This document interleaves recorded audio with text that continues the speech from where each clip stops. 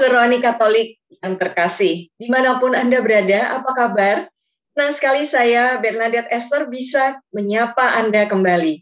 Semoga Anda tetap sehat dan senantiasa bersyukur atas anugerah kehidupan yang sudah Allah berikan. Bagi Anda yang sedang terbaring sakit, semoga Allah yang Maha Rahim menganugerahkan kesembuhan sehingga Anda segera pulih dan bisa beraktivitas kembali. Juga bagi Anda yang saat ini sedang menghadapi berbagai persoalan dan situasi yang sulit, semoga segera menemukan penyelesaian masalah. Sahabat Oase Rohani Katolik yang terkasih, ini adalah Pekan Biasa 26. Kita akan mendengarkan Sabda Allah melalui Kitab Ayub 1 ayat 6 sampai 22 dan Injil Suci menurut Santo Lukas bab 9 ayat 46 sampai dengan 50. Renungan pada hari ini akan dibawakan oleh Romo Hieronymus Roni Dahuai MSc.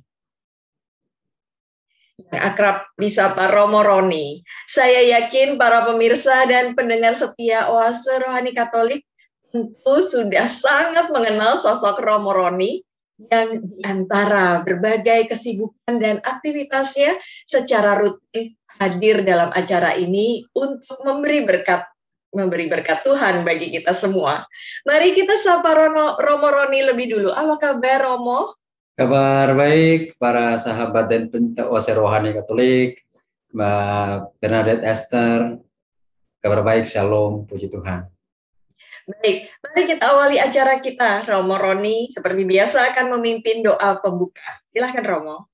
Baik, saudara dan saudari, Mbak Bernadette Esther, para sahabat dan pencinta Oase Rohani Katolik, marilah sebelum kita merenungkan firman Tuhan pada hari ini, kita bersatu dalam doa.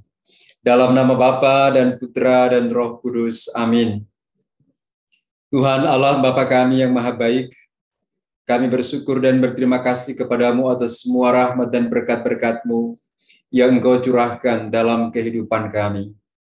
Kami mengambil waktu sejenak di hari baru ini untuk mendengarkan dan merenungkan firman-Mu yang adalah pelita bagi langkah kehidupan kami.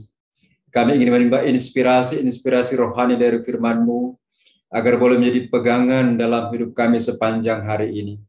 Bapa di surga, jadikanlah kami semua anak-anak-Mu yang setia kepada segala kehendak-Mu, dan semoga kami tetap mengandalkan Dikau dalam kehidupan kami, dalam situasi apapun juga. Ajarlah kami seperti hamba-hamba-Mu dalam kitab suci yang akan kami dengarkan pada kesempatan ini. Seperti Ayub yang menyerahkan hidupnya selalu ke dalam tangan kuasa dan kasih-Mu. Bapa di surga, jadikanlah kami semua anak-anak-Mu yang setia mendengarkan firman-Mu dan menjadi pelaku-pelaku firman dalam hidup kami sehari-hari. Engkaulah satu-satunya andalan dalam hidup kami, yang melindungi menyertai kami dan menghantar kami pada tujuan hidup kami, yaitu kebahagiaan dan keselamatan di dalam Engkau. Bapa di surga, inilah doa kami dan seluruh hidup kami yang kami persembahkan kepadamu dengan pengantaran Kristus Tuhan kami. Amin. Dalam nama Bapa dan Putra dan Roh Kudus. Amin. Terima kasih, Romo. Sahabat Oase Rohani Katolik yang terkasih, antifon pembuka. Aku akan menyelamatkan umatku dan membawa mereka pulang. Mereka akan menjadi umatku dan aku akan menjadi Allah mereka. Bacaan dari Kitab Ayub. Pada suatu hari, anak-anak Allah datang menghadap Tuhan, dan di antara mereka datanglah juga iblis.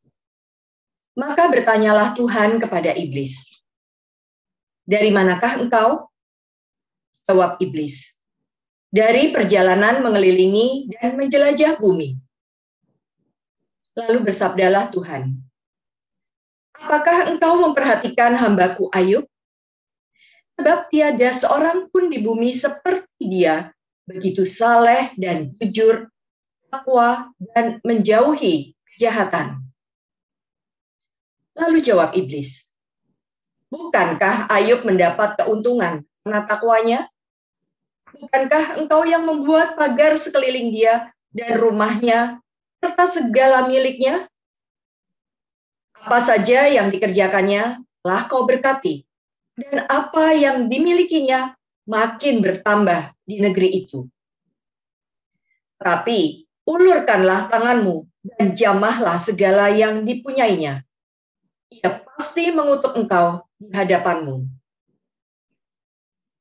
Maka Tuhan bersabda kepada iblis, nah, segala yang dipunyainya ada dalam kuasamu.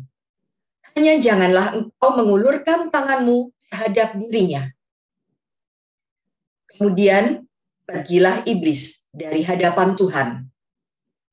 Pada suatu hari, ketika anak-anak Ayub, laki-laki dan perempuan, makan-makan dan minum anggur di rumah saudara mereka yang sulung, datanglah seorang pesuruh kepada Ayub dan berkata, sedang lembu sapi membajak dan keledai-keledai betina makan rumput di sebelahnya, datanglah orang-orang Sheba menyerang dan merampasnya, serta memukul penjaganya dengan mata pedang.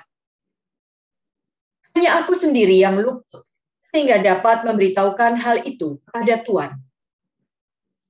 Sementara orang itu berbicara, datanglah orang lain dan berkata, api telah menyambar dari langit dan membakar serta memakan habis kambing domba dan para penjaga.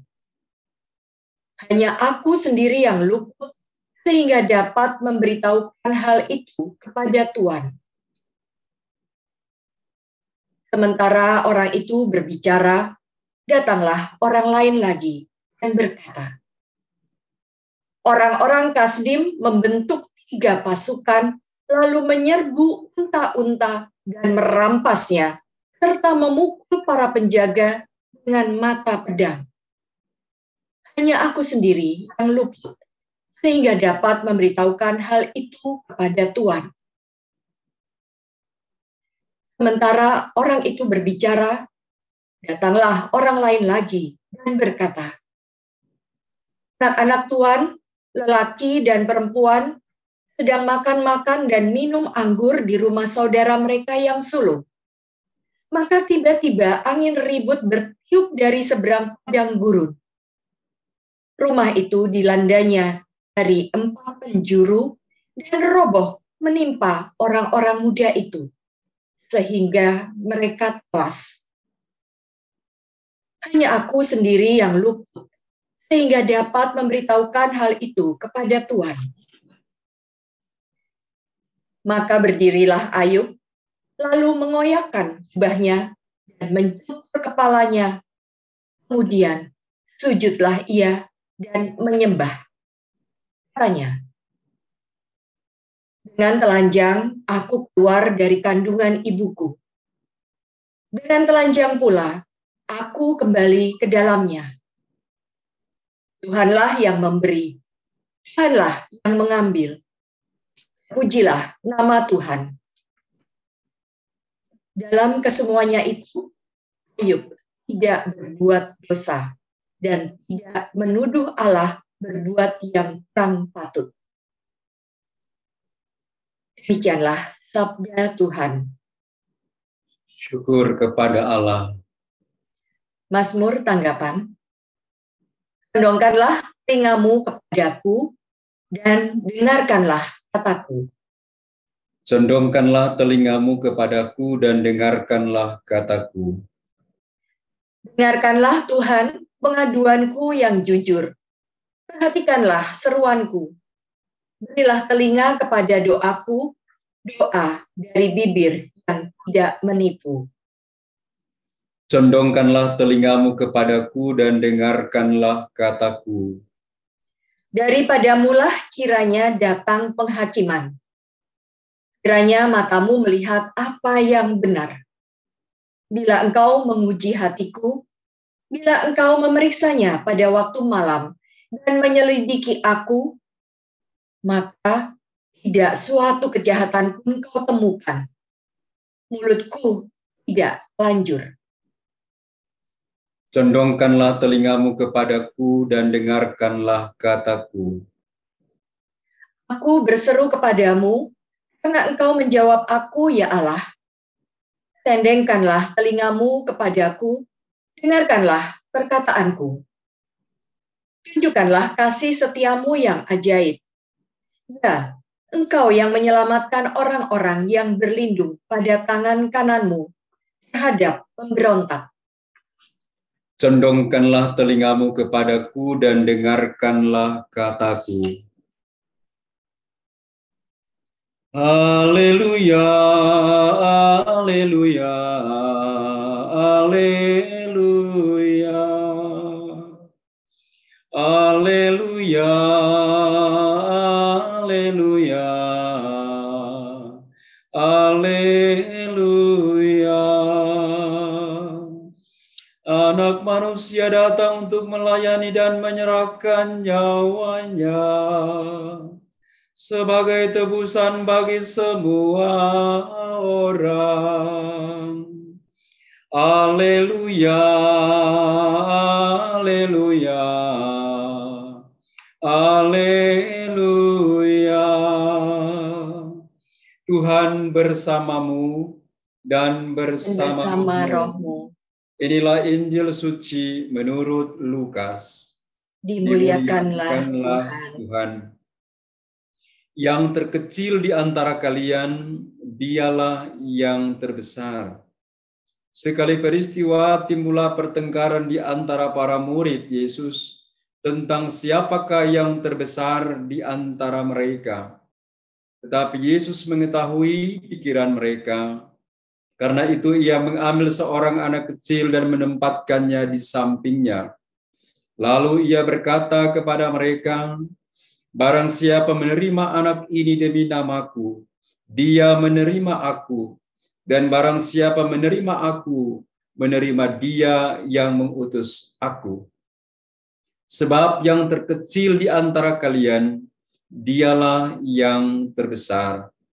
Pada kesempatan lain Yohanes berkata, Guru, kami melihat seseorang mengusir setan demi namamu, dan kami telah mencegahnya, karena ia bukan pengikut kita. Tetapi Yesus menjawab, jangan kalian cegah, sebab barang siapa tidak melawan kalian, dia memihak kalian. Demikianlah sabda Tuhan.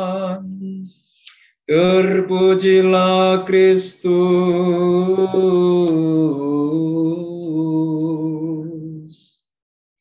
Baik, Romo Roni, dari kisah Ayub yang kita dengar tadi, betapa begitu banyak cobaan dahsyat yang menimpa Ayub. Apa inspirasi iman yang hendak Romo bagikan kepada kami? Baik, saudara dan saudari, para sahabat dan pencinta oase rohani Katolik, Mbak Bernadette Esther yang terkasih, tema renungan kita pada hari ini adalah Tuhan adalah kekuatan di hidupku. Ya, kalau kita mendengarkan bacaan pertama tadi, kalau kita menyimak dengan baik, kita mendengarkan bagaimana pergumulan seorang Ayub yang dicobai oleh Tuhan. Sebenarnya Tuhan itu tahu ya bahwa Ayub itu dicobai oleh iblis. Tapi Tuhan seolah-olah membiarkan Ayub dicobai pada waktu itu. Tentunya Tuhan ingin mengenal sejauh mana kedalaman hati iman dari seorang Ayub. Tuhan ingin mengenal sejauh mana kepasrahan seorang Ayub kepada Tuhan. Sejauh mana Ayub berani untuk mengandalkan Tuhan dan membiarkan Tuhan yang telah menganugerahkan segalanya untuk dia. Dia pasrahkan dengan ikhlas, dia persembahkan kepada Tuhan sebagai tanda kasih dan kesetiaannya kepada Tuhan. Dalam bacaan pertama kita dengarkan bagaimana Ayub yang dipuji, bahwa tidak ada seorang pun di bumi ini yang seperti dia, yang begitu saleh, jujur, takwa, dan menjauhi kejahatan. Ini luar biasa, saudara dan saudari, para sahabat dan pencinta oase rohani Katolik yang terkasih. Tapi dari bacaan ini ada 3 pesan rohani yang menjadi inspirasi kita untuk kita renungkan dalam hidup kita sehari-hari. Pesan yang pertama bahwa iblis itu selalu ada bersama dengan anak-anak Allah. Ini perlu kita sadari, saudara dan saudara terkasih, bahwa sepanjang hari ini iblis itu ada bersama dengan kita dan ada di sekeliling kita. Ketika anak-anak Allah datang kepada Tuhan, ternyata di antara mereka datang juga iblis. Dan Tuhan bertanya kepada mereka, kepada iblis, dari mana kalian? Iblis menjawab, dari penjelajahan mengelilingi dan menjelajah bumi.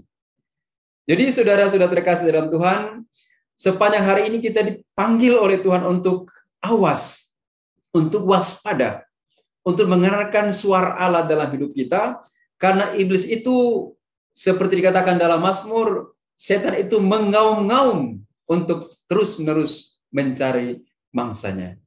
Jadi ketika kita tidak hati-hati, tidak waspada, tidak mendengarkan bisikan Tuhan, tidak mendengarkan suara Tuhan yang ada dalam hati kita, maka kita bisa saja terjebak dengan kuasa iblis pada hari ini. Kita terjebak pada godaan-godaan yang rasanya bagus, yang rasanya indah, yang rasanya menyenangkan, tanpa kita sadari ternyata kita sudah termakan oleh bujukan iblis dan kita dikuasai oleh iblis sepanjang hari ini. Karena itu kita diminta oleh bacaan pertama ini, waspada. Berhati-hatilah, berjaga-jagalah, supaya jangan hidup kita pada hari ini dikuasai, digorogoti oleh iblis. Itu pesan pertama. Pesan yang kedua adalah bahwa cobaan dalam hidup manusia akan selalu ada. Terlebih semakin kita dekat dengan Tuhan, semakin kita mencintai Tuhan, itu cobaan semakin berat datang dalam hidup kita. Kita ingat bacaan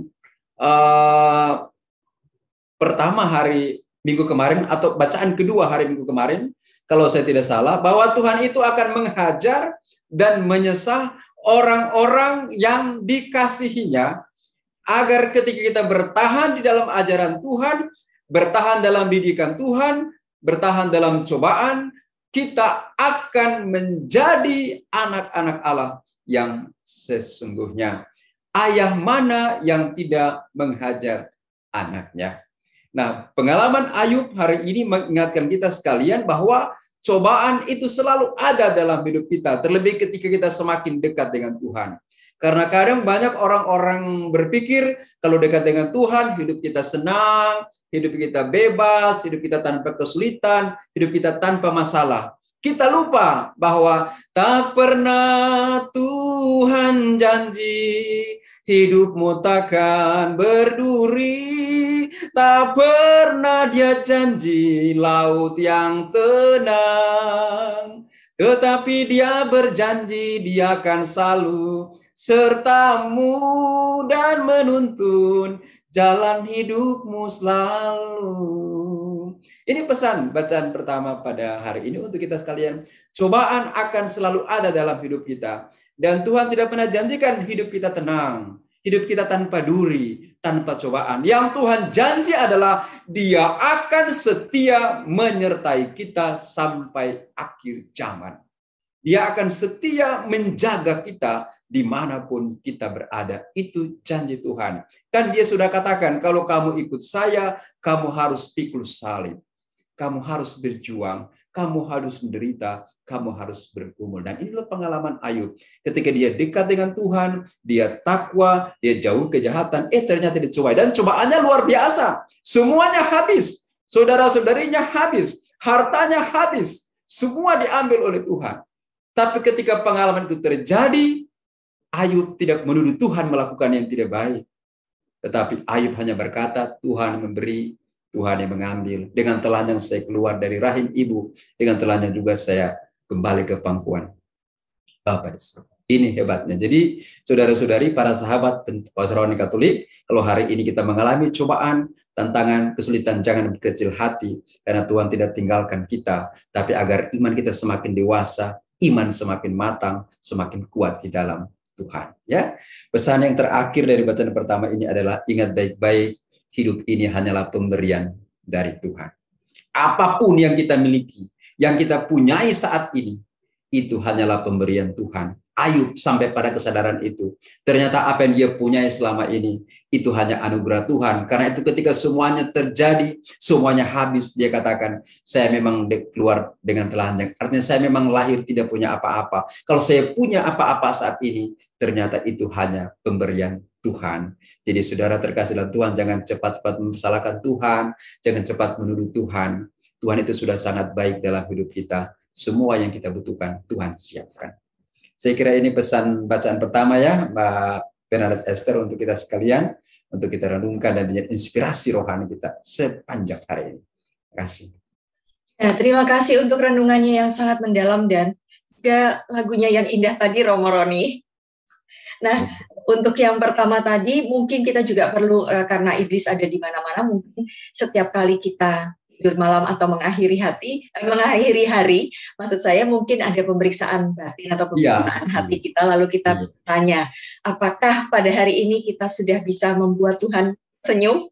Kalau tidak, berarti kita saat itu sedang, hari itu kita berbuat dosa dan sebaiknya esok hari kita tidak melakukannya lagi ya Romo? Iya, benar memang. Lalu yang kedua, Tuhan janji bahwa Dia akan selalu menjaga kita dalam segala kesulitan. Kita akan lebih bagus bila bersikap seperti Ayub, tetap menjaga hati, menjaga pikiran, dan menjaga perilakunya, tidak komplain kepada Tuhan ya Romo. Ya, memang ini yang paling penting. Jadi bagaimana kita menjaga hati ya, menjaga pikiran dalam hidup kita ya. Karena memang iblis itu selalu ada dan cobaan itu memang akan selalu terjadi dalam hidup kita. Kita tidak bisa menghindari pengalaman itu, tapi ketika kita benar-benar mendengarkan Tuhan, kita mengandalkan Tuhan, cobaan apapun kita mampu melihat sisi positif, mampu melihat sisi di mana Tuhan berkarya dalam setiap pengalaman kita. Ini yang penting. Saya kira disinilah keutamaan Ayub ya. Dia mampu melihat bahwa di balik pengalaman yang begitu berat, dia bisa menemukan di situ ada Tuhan yang hadir, yang menguatkan, yang memberi kepastian iman bahwa Tuhan menjamin hidupnya. Ini penting. Ya. Terakhir tadi Romo Roni juga katakan bahwa hidup ini adalah pemberian dari Tuhan. Ya. Terima kasih sudah mengingatkan kami bahwa apapun yang kami miliki, entah itu karir, status, dan materi yang ada, itu semua milik Tuhan dan pemberian dari Tuhan. Dan sebaiknya kita gunakan untuk kemuliaan Tuhan. Iya, benar. Baik, sahabat oase rohani Katolik yang terkasih, mari kita jeda sejenak untuk mengendapkan apa saja yang sudah Romo Roni katakan tadi. Jangan kemana-mana, kita akan kembali sesaat lagi.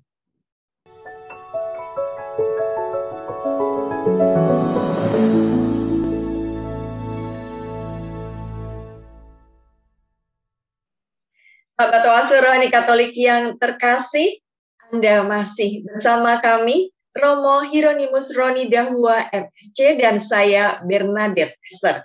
Jika Anda mempunyai pertanyaan, saran, dan juga kritik, Anda bisa menghubungi kami melalui ork@aj@email.com atau mengirimkan pesan melalui WA dengan nomor 0881 0251 334 38.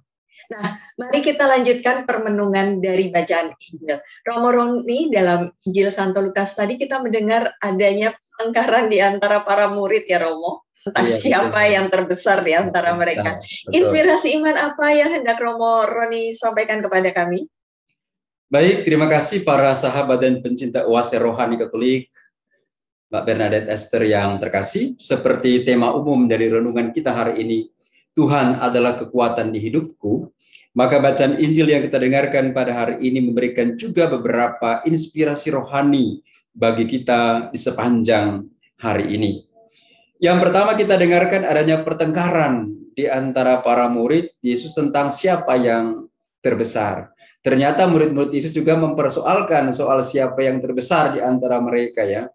Dan saya kira pertengkaran ini mau mengingatkan kita sekalian bahwa memang dalam hidup manusia ini sangat merindukan yang namanya popularitas, ya, pangkat, jabatan, kehormatan, dan kadang orang merasa ketika memperoleh semua itu dia merasa kemudian itulah yang terbesar, yang membuat dia punya hidup seolah-olah di atas dari yang lain, atau dia merasa disinilah Tuhan telah berkarya dalam hidupnya. Padahal hari ini Tuhan Yesus ketika mengetahui isi hati murid dan pikiran murid-muridnya tentang siapa terbesar, dia itu mengambil anak kecil, dia taruh di sampingnya dan dia katakan, barang siapa menerima anak kecil ini demi namaku, dia menerima aku dan yang mengutus aku. Nah, pesan yang pertama untuk kita pada hari adalah dalam kehidupan kita sebagai murid-murid Yesus, ukuran hidup kita tidak diukur dari kejayaan, dari jabatan, dari kekayaan, dari pangkat yang kita terima. Tetapi ukuran kehidupan kita adalah bagaimana kita merasa diri kita ini kecil di hadapan Tuhan. Kita belajar merendahkan diri dan kita belajar untuk apa? Untuk bergantung kepada Tuhan. Kita tahu anak-anak kecil itu adalah anak-anak yang hidupnya itu sangat bergantung kepada orang tuanya. Sangat bergantung kepada ayahnya dan bergantung pada ibunya. Dia tidak dapat melakukan apa-apa kalau bukan pemberian dari ayahnya atau ibunya. Itu anak-anak kecil punya sifat yang tergantung, yang berharap kepada orang tuanya. Demikian pula kita, saudara terkasih dalam Tuhan, kita menjadi besar bukan karena kita bergantung pada jabatan, kita jadi besar bukan bergantung pada kekayaan kita, tapi kita menjadi besar ketika kita belajar untuk selalu bergantung dan berharap kepada Tuhan. Ini pesan pertama untuk kita dari Injil yang kita dengarkan pada kesempatan ini. Pesan yang kedua dari Injil untuk kita hari ini yang bisa menjadi inspirasi rohani bagi kita sekalian. Bagaimana Yesus itu bisa menerima anak kecil. Ini juga penting untuk kita renungkan. Kadang kita manusia tidak suka yang kecil-kecil. Ya, tidak suka berkat kalau cuma kecil, kita nggak mau syukuri, kita mau itu berkat harus yang gede-gede. Ya rumah gede, ya mobil gede, ya uang gede, istri gede nggak termasuk. Ya, kita suka yang gede-gede aja, yang kecil-kecil kita nggak mampu syukuri. Padahal Tuhan sering katakan, barang siapa setia dalam perkara-perkara kecil, dia akan setia juga dalam perkara-perkara besar. Kita juga lupa bahwa sesuatu yang besar itu kita dapatkan karena mulai dari yang kecil. Karena itu Yesus mengingatkan murid-muridnya agar kalau kamu ingin menjadi yang terkemuka, yang terbesar, mulailah dari hal-hal kecil dalam hidup kita. Jangan berpikir engkau menjadi seorang pendoa yang baik, engkau menjadi seorang pencinta kitab suci yang baik, kalau engkau tidak biasakan dengan hal-hal kecil, bangun tidur berdoa, makan berdoa, bekerja berdoa, baca kitab suci, 1 ayat, 2 ayat dalam hidup saudara. Ketika engkau mulai perkara-perkara kecil ini, engkau akan setia dalam perkara-perkara yang besar. Nah, kadang kita suka langsung besar. Kita nggak mau dari kecil, padahal kita lupa bahwa rumah kita yang besar itu terbangun dari barang-barang kecil. Ya, kehebatan kita berawal dari barang-barang kecil. Pakaian yang kita pakai pun jadi besar seperti ini, jadi bagus karena dari benang yang kecil, yang diurut-urutkan, yang disusun sedemikian rupa menjadi pakaian yang kita pakai. Jadi pesan kedua untuk kita hari ini, mari kita cintai hal-hal yang kecil, hal-hal rohani yang terkadang sepele, mari kita mulai dari hal-hal itu. Ada ungkapan mengatakan small is beautiful, ya. Yang kecil itu indah, dan Tuhan memang mulai dari hal-hal yang kecil. Kerajaan surga itu pun mulai dari benih yang kecil, dari biji sesawi yang kecil, bahkan tidak terpandang oleh mata. Tapi kalau jadi besar, di tempat yang luar biasa, perlindungan bagi kehidupan kita. Ya, ini pesan yang kedua untuk kita. Nah, pesan yang terakhir untuk kita, ini Yohanes yang datang mengeluh kepada Yesus. Dia bilang begini, Tuhan, tadi ada orang yang saya cegah karena dia mengusir setan. Ya, dia bilang dia mengusir setan demi namamu, tapi dia itu bukan pengikut kita. Jadi saya bilang nggak boleh, jangan, you mengusir setan, dicegah. Yesus bilang kalau ada orang yang tidak melawan kalian, berarti dia memihak kalian. Artinya apa? Yesus mau mengajak murid-muridnya untuk jangan melihat orang itu dari latar belakangnya. Jangan lihat orang itu dari kelasnya, sosialnya. Tetapi lihatlah kebaikan hati orang itu. Kemurahan hati orang itu. Kalau dia punya niat berbuat baik, dia ingin membangun kehidupan kerajaan Allah, dia ingin berbagi kasih, mari kita rangkul mereka di dalam kasih. Dan itulah semangat Keuskupan Agung Jakarta, saya kira. Kita belajar untuk mengasihi, untuk peduli dan bersaksi, tidak melihat dari latar belakang kita. Tapi kita belajar untuk selalu menampilkan dan beri kesaksian tentang Allah yang baik dalam kehidupan kita sehari-hari. Jadi saudara-saudara terkasih dalam Tuhan, jangan kita mengukur kita punya teman-teman hari ini, kita punya relasi hari ini dari sisi luarnya saja. Mari kita lihat mereka dari kedalaman hati yang sama untuk berbuat baik demi Tuhan dan demi keselamatan banyak orang. Karena kadang kita suka pilih-pilih orang. Dia bukan grup kita, jangan, nggak usah. Dia bukan karismatik, nggak usah. Dia bukan Legio Maria, nggak usah. Dia bukan wanita Katolik, nggak usah. Nggak boleh begitu. Entah itu dia Legio Maria, dia karismatik, dia kelompok kategori apapun, kalau dia punya hati baik untuk bekerja dengan kita untuk kemuliaan Tuhan, kita rangkul sama-sama. Kita berbuat baik untuk Tuhan dan untuk sesama. Saya kira ini pesan Injil untuk kita, Mbak Bernadette dan para sahabat dan rohani Katolik yang terkasih. Terima kasih. Ya, betul sekali contoh yang Romo Roni kemukakan tadi. Kadang-kadang kita di dalam lingkungan sendiri juga kita mengkotak-kotakan diri ya Romo. Komunitas ini tidak mau bersatu dengan komunitas itu dan merasa bahwa dirinya lebih baik, lebih fokus. Kadang kita merasa, apalagi ya biasanya ada orang merasa, saya ini kan punya jabatan di gereja, saya juga punya kelompok kategorial, saya sudah seorang pewarta, saya WL-nya bagus, bahasa rohnya bagus. Pokoknya kekayaan rohani diberikan pada kita. Kita merasa, saya sudah bangga, saya sudah lebih besar dari yang lain. Nggak boleh. Kita harus belajar untuk rendah hati di hadapan Tuhan. Kita mesti belajar merasa diri kecil. Apakah aku ini? Mother Teresa katakan, aku hanyalah pensil di tangan Tuhan. Ya, Tuhan yang menuliskan kata-kata cinta yang saya berikan kepada dunia dalam hidup ini. Itu yang penting kita sadari, ya, dalam hidup kita. Terima kasih.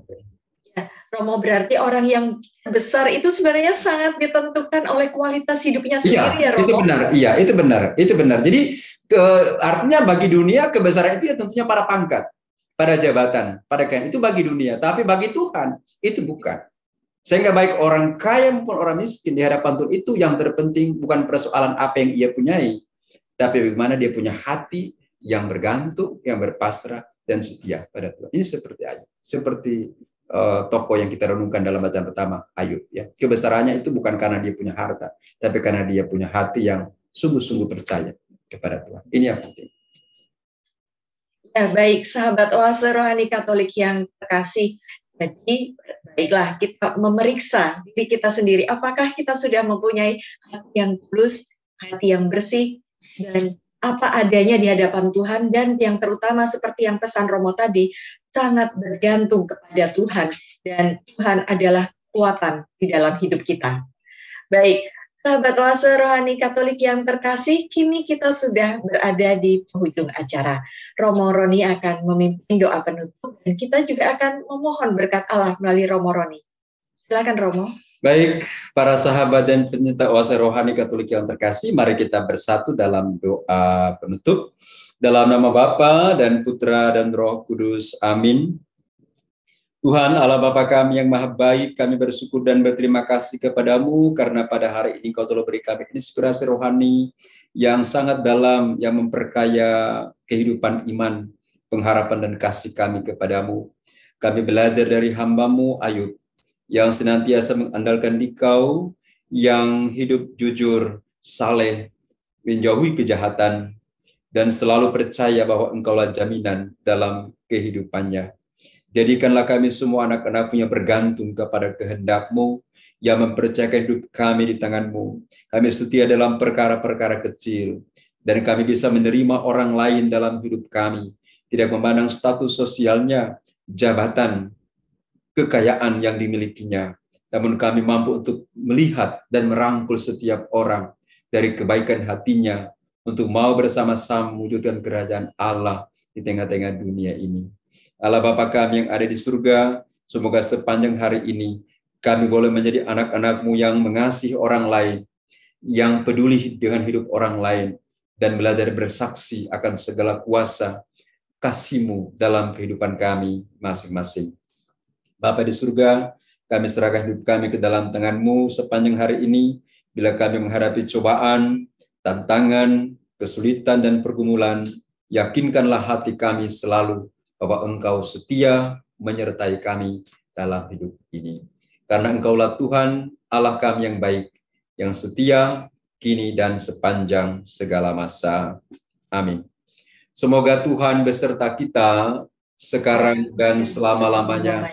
Semoga kita sekalian dalam seluruh hidup, usaha, pekerjaan, dan niat-niat baik di sepanjang hari ini, kita semua dilindungi, dikuatkan, disertai dengan berkat Allah yang Maha Kuasa, Bapa dan Putra dan Roh Kudus. Amin. Amin. Terima kasih Romo Roni. Terima kasih. Sahabat Oase Rohani Katolik yang terkasih, dengan demikian usai sudah acara kita hari ini. Saya Bernadette Esther dan Romo Roni Dahua, MSc. Kami berdua pamit undur diri. Selamat melanjutkan aktivitas Anda. Sampai jumpa pada acara Oase Rohani Katolik edisi berikutnya. Salam. Terima kasih sekali lagi Romo. Terima kasih, Bey.